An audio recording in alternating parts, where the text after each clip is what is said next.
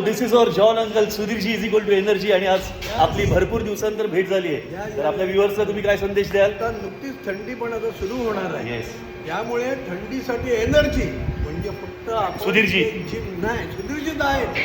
परंतु ह्या जिम मध्ये सकाळी लवकर येऊन भरपूर एक्सरसाइज करा. Yes. आज तुमचं जीवन सुखी होईल, आनंदी होईल आणि सशक्त होईल. आणि सशक्त भारत आपल्याला करायचं असेल तर रोज जिम मध्ये येणं आवश्यक आहे. आणि एक सांगतो, थंडी आहे, बस गुलाबी थंडी चालू झालेली आहे. सकाळी आपण जे म्हणतो ना 5 मिनिटाची पॉवर नॅप, 5 मिनिटाची पॉवर नॅप, ती टाळा. पहिले 30 सोडा. 5 मिनिटं ना कधी 1 तास होईल ना आणि आपण अंतरुणातच राहतो. म्हणून सो अवॉइड दॅट. मनाची शक्ती वाढवा. मनशक्ती ही सगळ्यात बेस्ट शक्ती आहे.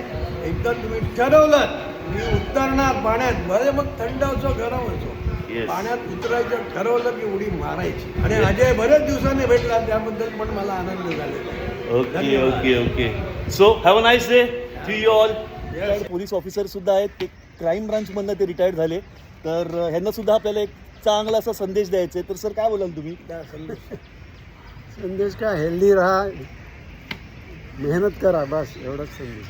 आणि यंगस्टर्सला, स्पेशली यंगस्टर्सला जे आताच्या पिढीमध्ये ना मोबाईलमध्ये घुसलेले आहेत, त्यांना काय तुम्ही सांगाल? त्यांनी मोबाईल बाजूला ठेवावा आणि इतर गोष्टींकडे ग्राउंड लेवलवर मैदानी खेळावर लक्ष द्यावं आणि अभ्यास करावा. MPSC UPSC साठी प्रयत्न करावे. आणि व्ह्युअर्स, तुम्हाला एक सांगतो, सर जेव्हा रिटायर्ड झालेले तेव्हा ते तुम्ही सायबर क्राईममध्ये होतात, हो. बरोबर ना? तर मोबाईलचा वापर जर तुम्ही करत असाल तर अगदी सावकाश सांभाळून करा. सायबर क्राईम्स होत असतात, तर ते सुद्धा तुम्ही ध्यानात ठेवा. गैरवापर टाळा. तर have a nice day, have a pleasant morning to you all and have a pleasant day. Enjoy.